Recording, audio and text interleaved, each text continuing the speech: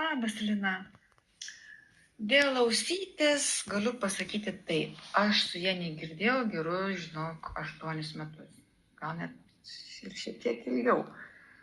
Aš taip džiaugiausi, kad man iš vis vestibuliarinį aparatą gydytojai atstatė, nes ten buvo su ausimi iki tokio lygio dėja, kad aš nesugebėdavau per kambarį normaliai perėti, nepasilaikydama į sieną. Bet nesmė, tai man buvo džiaugsmas, kad man atstatė vestibuliarinį aparatą, kad aš galiu normaliai vaikščioti, normaliai dirbti. O jau ten kad klausa liko tokia gerokai nusėdus, nes ten nieks nepadėjo ir taip ir nenustatė dėl ko ir kodėl jinai va taip. Bet pas mane ilgą laiką nuo pat mažens labai dažnai būdavo ant tos pačios ausies, labai dažnai ausų uždegimai. Tai daktarai paaiškino, atseit. Tie dažni pažeidimai, tie dažni uždegimai, žodžiu, ten nervas šiek tiek pažeidė, ten dar kažką ir, žodžiu, kažko labai smarkiai padėti nesugebės. Tai dabar su meditacijom padirbėti teks, nes man prireikė lygiai 1 mėnesio, taip stabiliai, tvarkingai, sistemingai dirbau. Tai dabar taip, ką naudojau? Tai buvo kompleksas. Kiekvieną rytą, tarkim, prieš einant dantis valyt, aš tiesiog užsidėdavau, laikmatį 5 minutėm. Technika.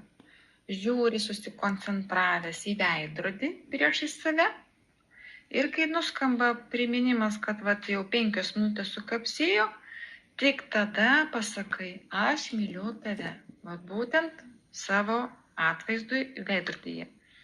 Žiūrėti geriausiai susikoncentravus į kažkurią vieną akį, nes vienu metu palaikyti tokį tikrai gilų kontaktą su savimi, kai bandai žiūrėti į abi akis iškart, sudėtinga. Bėgioja dėmesys tiesiog. Tai susikoncentruoji į vieną akį, labai tvarkingai į ją žiūri, 5 minutės nėra labai daug. Tai kiekvieną rytą šitas pratimas. Tada kiekvieną rytą praklausydavau savo balsu, neskubant, įrašytą į diktofoną teta gydymo meditaciją. Ten pas Algirdą buvau radus tartų visų straipsnių, ten buvo, man atrodo, 2, o gal 3 skirtingos, dabar tiksliai nepamenu. Aš išsirinkau tą, kurioje šnekama, kad kyli į 7 būties planą, ten pasiekė kažkokius tai debesis ar baltą šviesą ar ten dar kažką. Žodžiu, ten buvo gan ilgas tekstas. Aš paprasčiausiai tą tekstą pasiėmiau iš kompo ir mobiliakę į diktofoną, iš lėto neskubėdama savo balsu, skaičiau ir įrašiau. Ir paskui tą garso takelį tiesiog kiekvieną rytą praklausydavau. Man jisai trukdavo, ten dabar nepamenu, 20, o gal 25 minutės, kol visas praeina. Nesakau, teksto ten nemažai ir visko pakartot mintyse medituodamas jau sudėtinga būtų.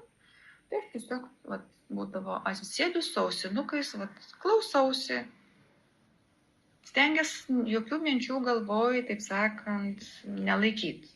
Tiesiog sėdi ramiai, apie jokius darbus, apie jokius ten bėgimus, lėkimus, net nesvarstai, tiesiog skiri tą laiką tai teta meditacijai. Ir po to dar prie viso šito,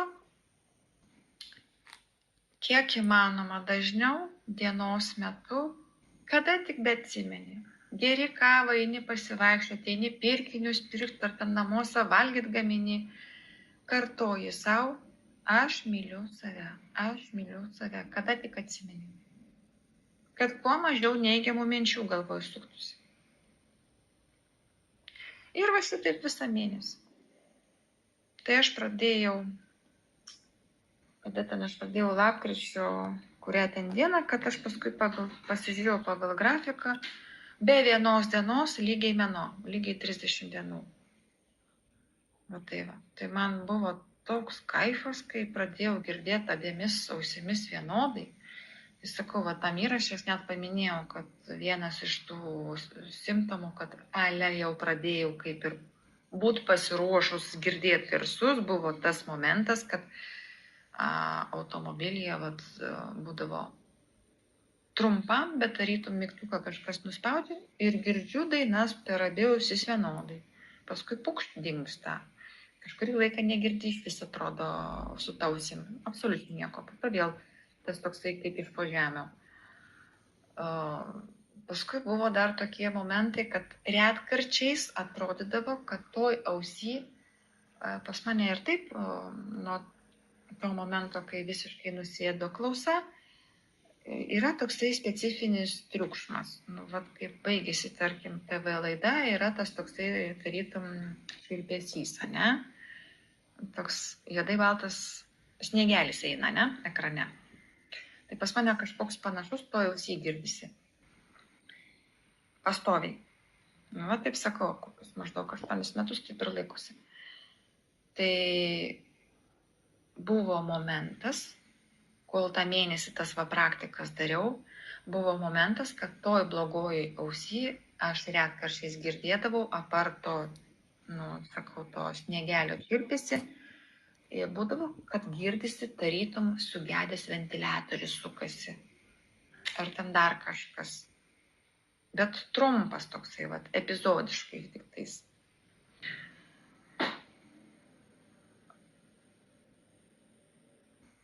Tai vat sakau, kai paskui kažkurio momentu vieną rytą vat, atsidariau kažkokią mėgstamą radijo per YouTube skiltį ir pradėjau klausyti per ausinuką ir net nustebau, atrodo, oba, girdžiu abiem vienodai. Aš net ausinės, taip sakant, vieną įsikrapščiau iš geros ausies, klausau, žiūriu, aš per tą gerąją girdžiu. Man pasidarė įdomu, aš paskui pradėjau jau klausyti, taip sakant, įdėmiau. Žiūriu, galvoju, nu čia tipo bus kaip tas, va, kad ten 2-3 minutės ir nebėra. Žiūriu, kad aš jau klausau pusvalandį, viskas gerai. Praėjo valanda, vis dar gerai.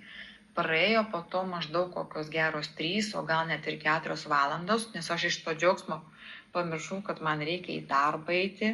Nu, šiaip tą dieną, kadangi tai buvo vat, jau gruodis, ten tas tarp kalėdų ir naujų metų tas laikotarpis, tą savaitę. Tai kadangi žinojau, kad ten pas mus, taip sakant, bimbam, paaugliam, darbo kaip tokio ir nėra, kas nori, tas ateina. Tai sakau, aš iš to džiaugsmo pamiršau, kad man net reikia į darbą. Aš klausiausi radijos ir kaifavau nuo to, kad girdžiu. Ir taip vis norėjusi klausyt, kad įsitikint, kad tikrai vis dar girdžiu. Ir paskui žiūriu, sakau, praėjo gal kokios geros 4 valandos.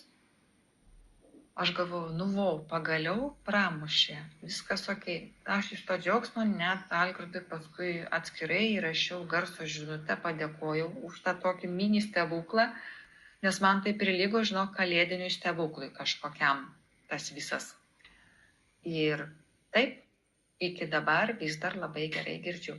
Taip, čirpesys ausyje, tas toks, tas sniegiukas liko, jisai niekur nedingo.